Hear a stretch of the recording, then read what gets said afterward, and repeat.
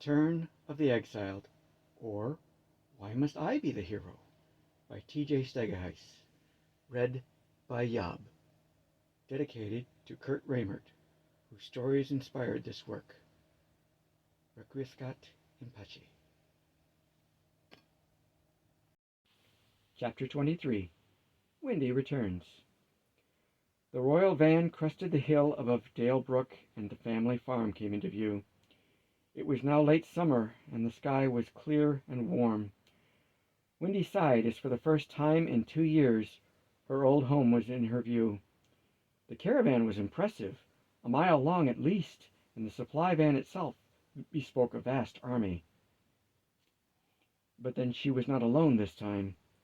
Although King Roloff and King Geoffrey had returned to Bokenshire and Tewden, that still left 6 kings, 2 princes, and more nobles, lords, and heroes than she could possibly count.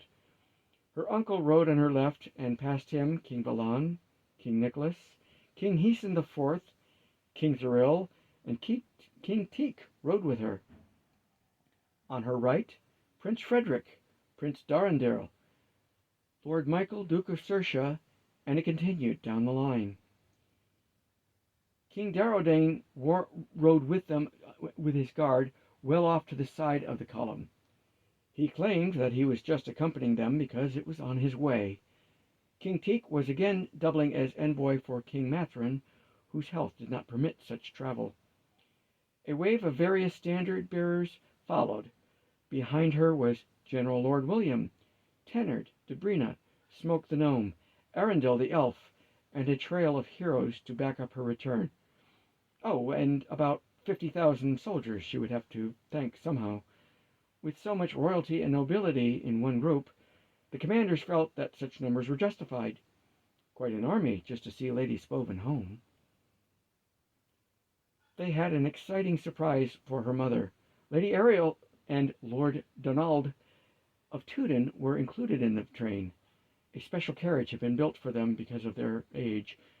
Mother had exchanged letters with her Aunt Ariel before the fall of House Spovin, and would be pleased to meet her finally.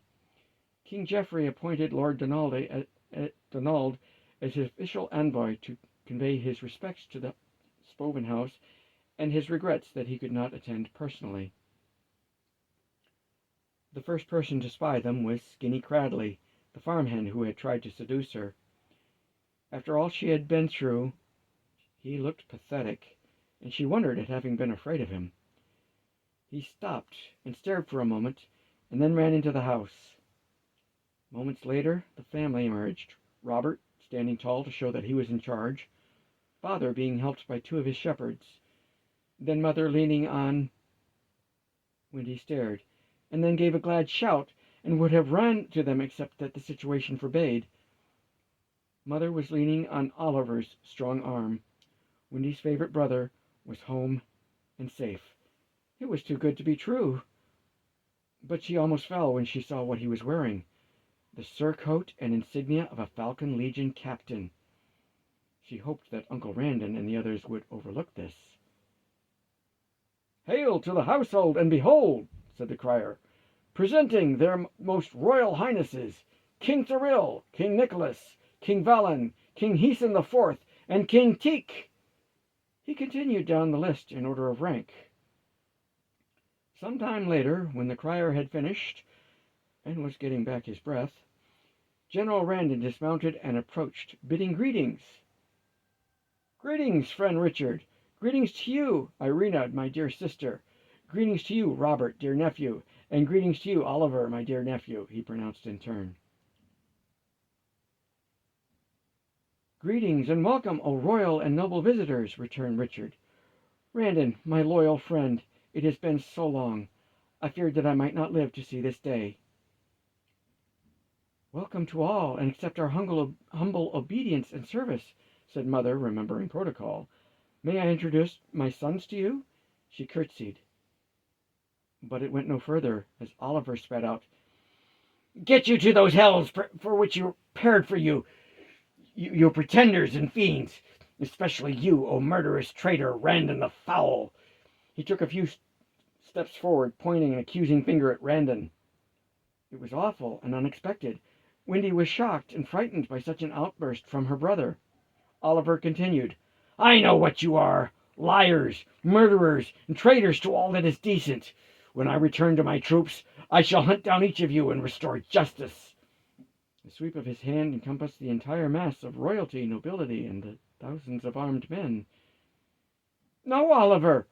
bellowed Windy.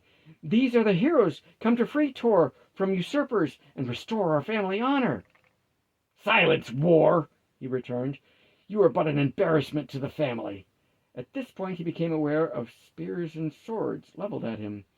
The nearest soldiers would not wait for orders to pin this man, and if Randon had not stepped in and interceded, they would surely have killed him. Randon strode up to Oliver. He stood unarmed, but several inches taller than the younger man. "Say what you will about me, oaf," he said evenly, dangerously, "but if you say one more evil thing about my liege or my niece, I will satisfy myself upon your flesh. And trust me, you are the least of those I have faced in just cause. As for the rights and legitimacy of the kings, princes, and nobles gathered here, only a madman would question them before an army such as this." "You lie!" returned Oliver. "I have seen the records, and I know that when I find King Henry, together we will set things to right." He struggled as two of General William's lieutenants grasped his arms and held him fast. "No, brother," said Robert, speaking at last. "I have been talking with our parents, and Randon speaks the truth." "I must slay you for that!" Oliver shouted. "No one can tell me that this man is our uncle, or that he is any but a fiend." More men assisted in forcing Oliver to his knees. "He is mad, surely," said father desperately, taking the clue from Randon. "Such words make no sense." By now the soldiers had Oliver disarmed and bound, and Wendy was in tears, as was their mother. Their father and Robert appeared to be lost in their disbelief. Later, as the priest and mind mages finally left with heads hung in defeat, it was explained. Napier had somehow discovered their secret, and instead of attacking, with the risk of the documents coming to light, he had sent secretive mind mages to tempt Oliver when he was only a boy and plant the seeds of madness in his mind.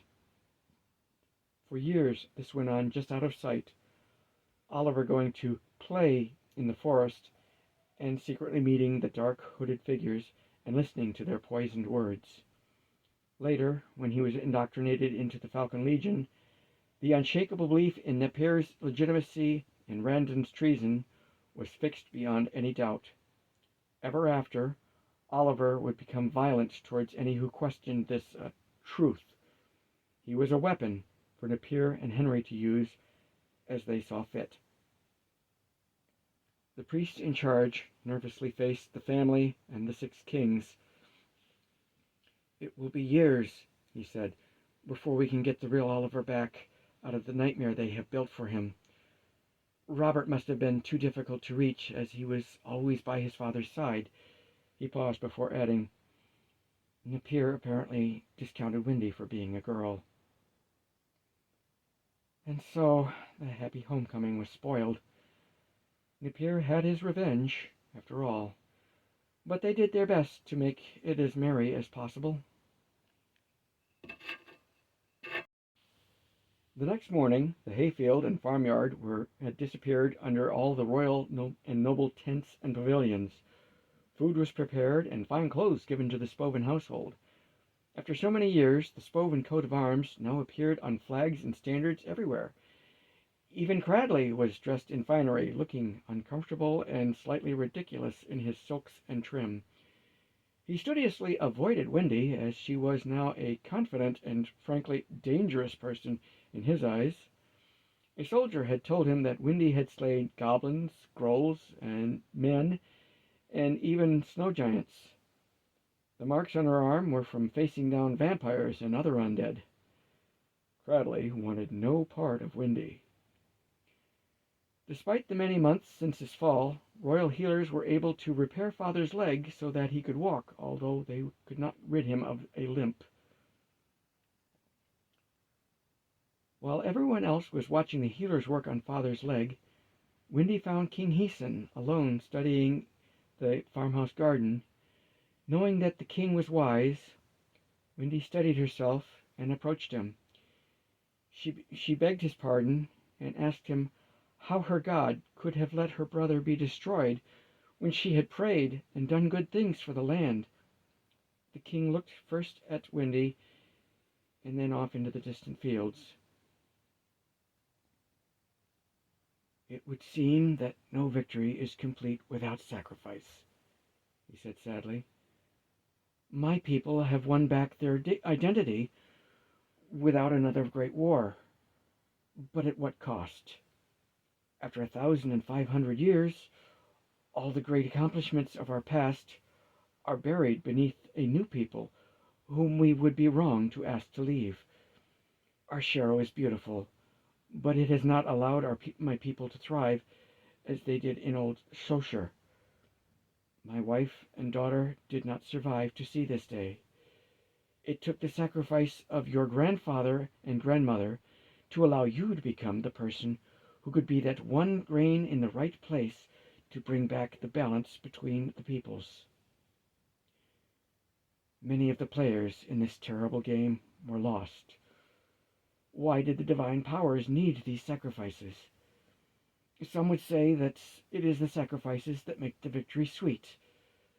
I say that the bitterness of these losses reminds us that there is no final victory, no great good that does not have its dark side." He turned to Wendy.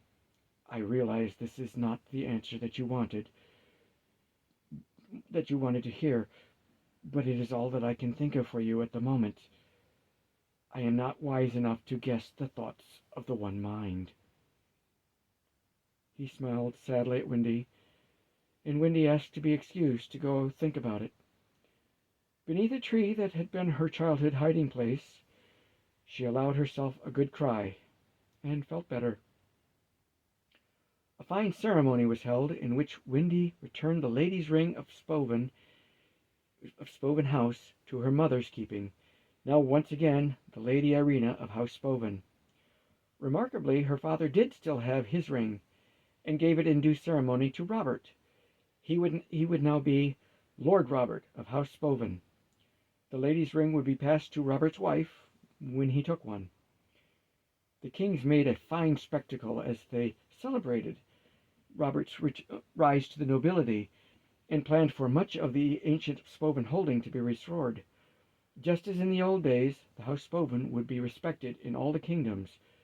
Wendy hoped and expected to go back to being just Wendy, but everyone still held her in great reverence as a hero. She would never again be just Wendy. The minstrel Tambrin from Luffa recited his newest poem as musicians played. Of rifts and rills and stardust hills, and dreams out beyond my sighs, of stars in storm and tales unborn, as thunderstorms come over the rise, of woolly power and airborne delight, my inspiration comes from the skies. In all that is said and all that is known, the question remains on call. Who am I now, and what is my path, and how do I relate to it all? On reflecting back upon my quest, the uncovered answer to my surprise is sharing out the inspiration I was given under changing skies. In all the stars in the evening sky, which you can count with a twinkling eye, in all humanity's loving heart, in which I am allowed to play a part, then this is where my purpose lies, upon this earth, beneath these skies, to hold and have a loving heart, and to give to all a generous part. It was the Saurians who most appreciated the poem and invited Tambrin to recite in Shero Valley.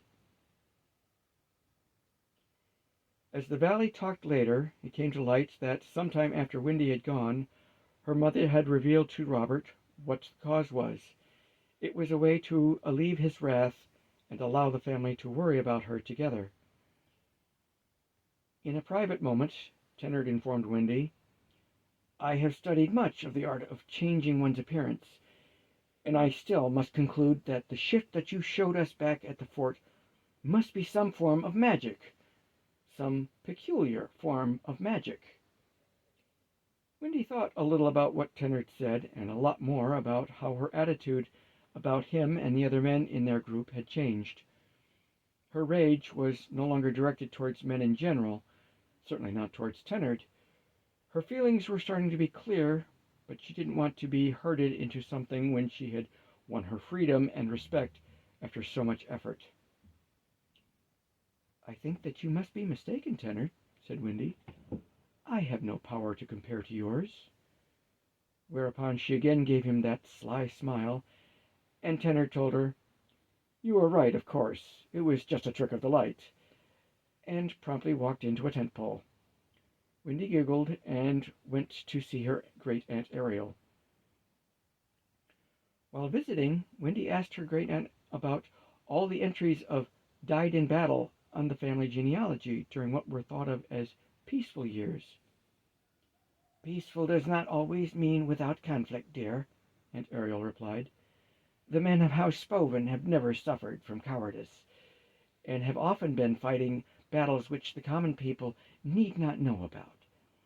Many of these battles were against rogue goblins, bandit hordes, or Groll uprisings, of which most folks were peacefully ignorant." In another conversation, Lord Donald expressed an interest in Wendy's red hair. "It is just the same shade as my dear wife's hair used to be," he said. Wendy was glad to know that she was not the only person in the family with red hair. Mother's hair was dark blonde, and the men in the family all had brown hair. Another parallel was temperament. Ariel argued with her father as to whom she would marry. Lord Darnald had been her choice, and her father had relented. On another occasion, burglars broke into their home, and Aunt Ariel had held them at bay with an old crossbow and some servants armed with kitchen skewers until the town's guardsmen arrived. Both Aunt Ariel and Uncle Donald seemed to be there whenever Wendy turned around. Her mother whispered to her that it might be because Aunt Ariel had never been able to bear children, so they were endeared to their great niece as a symbol of the child they might not have.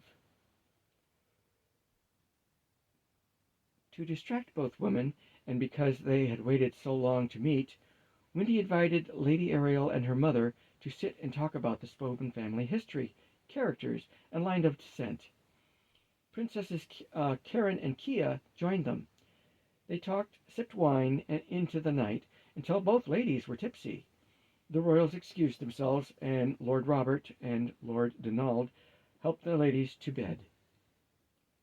Winnie was surprised to catch Arundel placing Scratchbladder in the saddlebags of some of Prince Dorandir's guards. "Dwarves need to learn how to laugh," he explained. "And the chicken feathers around the barracks back in Ty?" Wendy asked pointedly. "The men stopped moping around and became more interested in themselves again, did they not?" returned Arundel. "They started acting more like soldiers instead of like prisoners." Wendy had to admit they had. It was somehow unnerving, though, to discover that the graceful elf was the joker behind the event. The dwarves did not learn how to laugh, although Prince Dorandir himself secretly winked at her as his soldiers fumed and scratched. Maybe some dwarves do have a sense of humor. Tennant's parents arrived, unannounced and unexpected. Master Jarek, it turned out, was also Lord Jarek of a small fief in Tuden. Wendy gave Tennant quite a lecture for keeping his rank a secret, while hers had been revealed to all and everyone. "How did you keep Heket from uncovering your family title?" she inquired. "I didn't," he replied. "You just did not notice my mention of it." "I see," said Wendy in a tone that carried a subtle threat. I should go now," said Tennant, and promptly tripped over Cilio and Filio, who were gambling on the ground with some soldiers. "Hey, have a care where you walk," began Cilio. Filio, who was looking at Wendy, hushed him before the situation could become worse. King Heason IV was everywhere, and looked with interest at everything. He wanted to know how human farms were run and asked Robert many questions while making some useful suggestions as well. Cradley was made even more uncomfortable by a curious saurian scientist studying him and his duties. George showed up, and he and the saurian soldiers spent many hours discussing weapons and tactics. They even practiced each other's techniques to gain insight into different combat ideas. The saurians were a bit surprised when, as they started exchanging personal stories, George disappeared. George still has many secrets. Lady Midgie, with 4 fuzzles in attendance, showed up, and soldiers were kept busy finding non-essential devices for them to play with. Wendy's father, when he found out that Tennard's father was a minor lord of Tooden, tried to get Wendy interested in a romance and maybe marriage. But Wendy had already accepted a different life. General Randon and King Valon had offered her a place on the Menadoc circle of heroes they were conceiving, to be forever a champion of the people of all the lands, and the privilege and respect that went with it. Of course, if Tennard got the same offer,